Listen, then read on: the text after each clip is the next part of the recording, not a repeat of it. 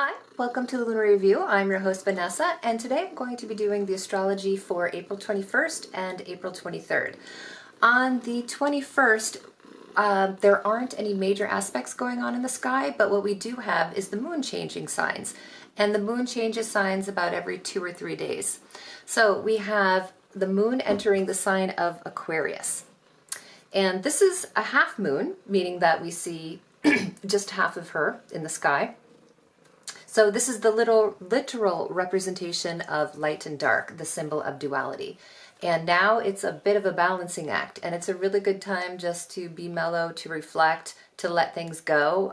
If you have a bad habit or bad thoughts or just something bad or negative that you want to release, now is a really good time. The moon in astrology represents our emotions, our instinctual behavior. It's also our physical body and its rhythms and its biorhythms. It's our nutritional requirements, our sleep requirements. The moon is also how we seek security, what we need to do and be to feel safe and secure in this world.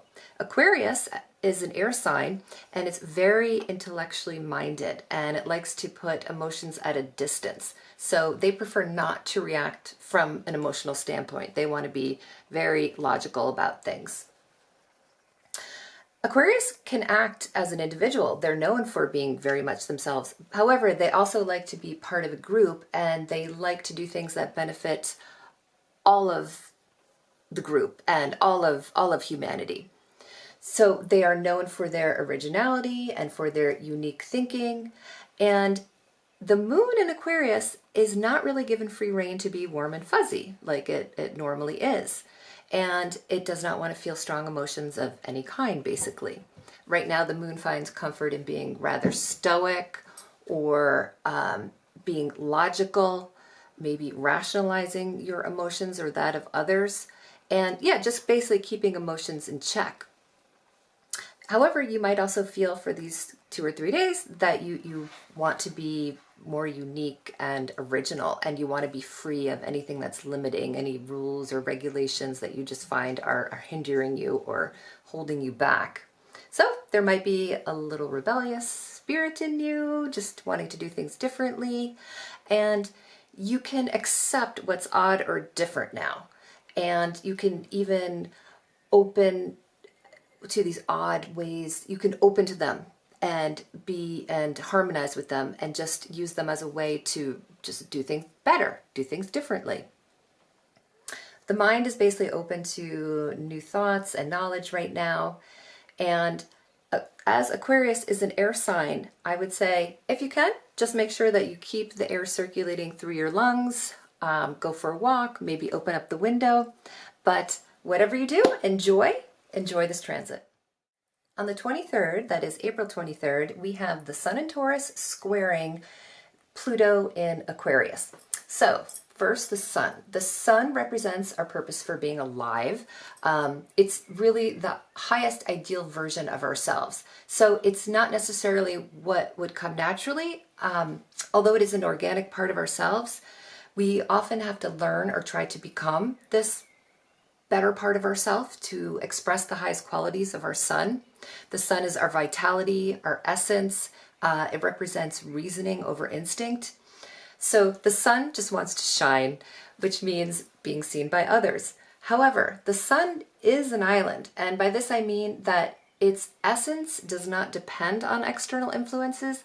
It needs to express itself purely on its own terms, in its own unique way, and then it can be shown to the world and appreciated by others.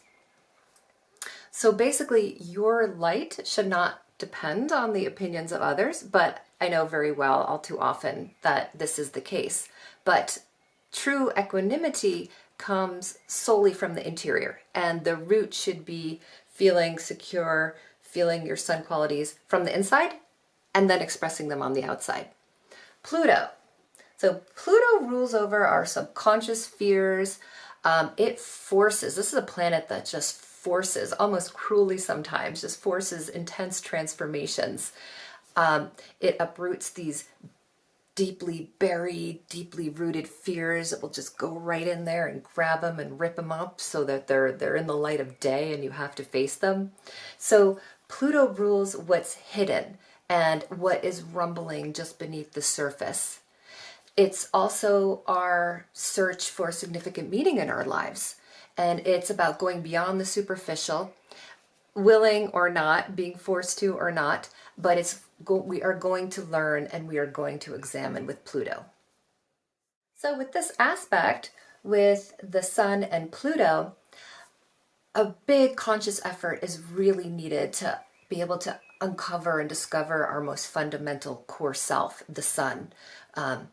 Pluto will provide the force that will expose what's hidden, and what is hidden or unacknowledged is, it's always done from fear or ignorance or arrogance or some sort of trickery or deceit on your part or on another's part. But Pluto can be merciless and, will bring exposure to the deepest part of ourselves. So that's where the fear and the shame and the unintegrated desires live. The Sun and Pluto are square. So this is a challenging aspect because the square brings tension. So each planet is in a particular sign and each has its own special particular way of achieving the goal. And right now the goal, they are at odds at achieving this goal. So with the square, the modes are the same, and the modes in astrology are cardinal, fixed, and mutable. So in a square, there's compatibility as far as the mode goes, but the modus operandi for how they reach the goal is completely different. The Sun right now is in Taurus, and Taurus is an earth sign, and Taurus loves to do things in a slow and steady rhythm. They've got their own pace. They also are risk adverse. They don't like to take too many risks. They like to do things that are tried and true. They don't want to challenge the status quo. And then we have Pluto and Aquarius is the opposite. They're all about challenging the status quo and doing things differently, vastly different. They want to do it different, and then from that level of different, do it more different, if that makes sense.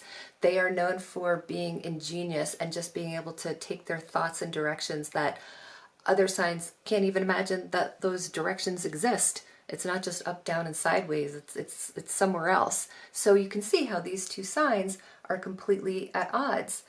And the Sun is regal and royal and, wants to be recognized as such and to have the world recognize what is magnificent about it. But Pluto is absolutely mercilessly demanding a process of death and rebirth and of transformation. So there has to be some sort of miniature death of a sort, or a leaving behind of something that no longer works, so that the Sun can fully shine, that we can reach the goal, but there's going to have to be a tremendous amount of looking at your own psychology, looking at yourself, and before you can move on to the next stage. But when you do, you will shine magnificently. Because the square is such a dynamic aspect, there is going to be plenty of energy for action. The square begs for action. It just forces you into action. So there's actually plenty of energy for you to transform. But Pluto, it can be quite devastating on one level. So you might be tempted to devalue yourself or maybe not feel quite as confident.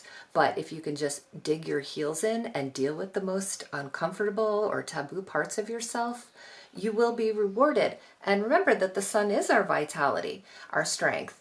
And if you can combine it with the unstoppable energy of Pluto, this can be used very constructively, but it also has to be used very wisely. And it's okay if you stumble. You can always pick yourself back up.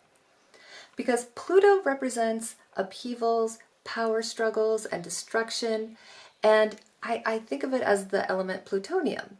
It just indicates that there is danger ahead. So you just have to be extra careful. Plutonian forces warn of potential damage and decimation. And what is interesting that I just learned about plutonium is that it's actually made from uranium. Uranium is found naturally in the earth. Plutonium is completely man-made. It's more radioactive than uranium. It's more unstable and it's more dangerous. And so I just feel plutonium, it's just a warning that a time of endings, a time of destruction, this is the part that happens before there is a rebuilding. And, you know, when you break a bone and it grows back, it actually becomes stronger. That this is the process. That yes, it can sometimes be something to fear, but ultimately things are better and stronger at the end of it. And whatever goes on, I know this probably sounds very dramatic, but I'm getting carried away with Pluto, but it actually doesn't have to be very dramatic. Things can happen on a smaller scale, or, you know, you might see dramatic things happening to people around you, or hear of dramatic things on the news, although it seems you're going to hear dramatic things on the news no matter what day of the year it is. But just know that this time might require a little bit more strength of mind and body and spirit just to integrate whatever the cosmic lesson of Pluto square Sun is offering for you. But wait, with a little knowledge, you can make it through, and just remember to just keep going. Thank you so much for listening, and I will be back again.